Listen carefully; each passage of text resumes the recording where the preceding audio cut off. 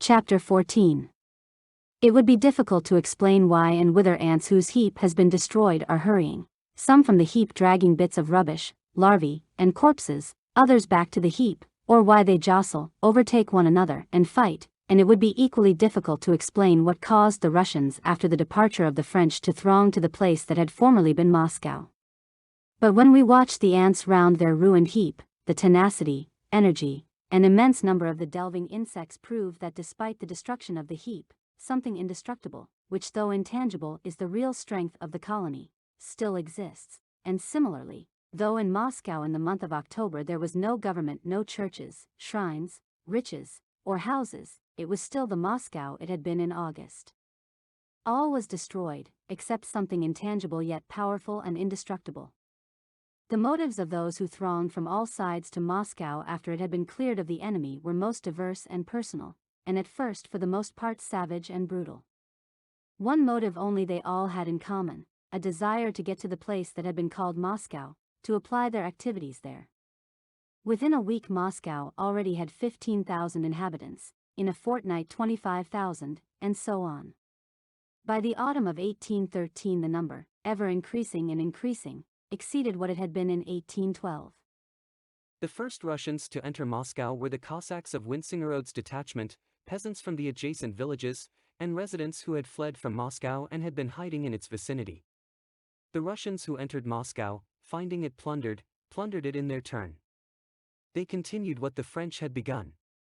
Trains of peasant carts came to Moscow to carry off to the villages what had been abandoned in the ruined houses and the streets. The Cossacks carried off what they could to their camps, and the householders seized all they could find in other houses and moved it to their own, pretending that it was their property.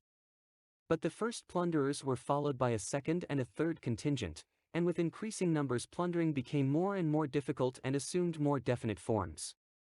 The French found Moscow abandoned but with all the organizations of regular life, with diverse branches of commerce and craftsmanship, with luxury, and governmental and religious institutions. These forms were lifeless but still existed. There were bazaars, shops, warehouses, market stalls, granaries, for the most part still stocked with goods, and there were factories and workshops, palaces and wealthy houses filled with luxuries, hospitals, prisons, government offices, churches, and cathedrals. The longer the French remained the more these forms of town life perished, until finally all was merged into one confused, lifeless scene of plunder. The more the plundering by the French continued, the more both the wealth of Moscow and the strength of its plunderers was destroyed.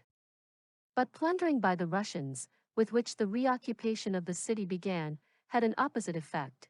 The longer it continued and the greater the number of people taking part in it, the more rapidly was the wealth of the city and its regular life restored. Besides the plunderers, very various people, some drawn by curiosity, some by official duties, some by self-interest, house owners, clergy, officials of all kinds, tradesmen, artisans, and peasants streamed into Moscow as blood flows to the heart. Within a week the peasants who came with empty carts to carry off plunder were stopped by the authorities and made to cart the corpses out of the town.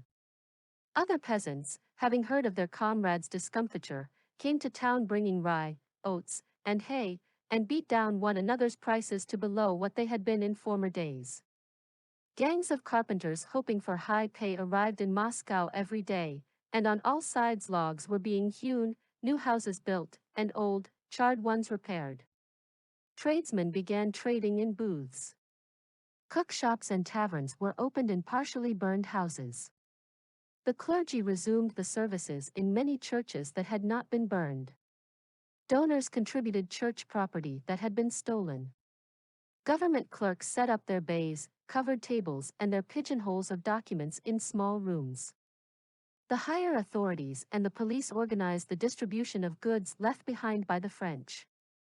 The owners of houses in which much property had been left, brought there from other houses, complained of the injustice of taking everything to the faceted palace in the Kremlin. Others insisted that as the French had gathered things from different houses into this or that house, it would be unfair to allow its owner to keep all that was found there. They abused the police and bribed them, made out estimates at 10 times their value for government stores that had perished in the fire, and demanded relief. And Count Rostofan wrote proclamations.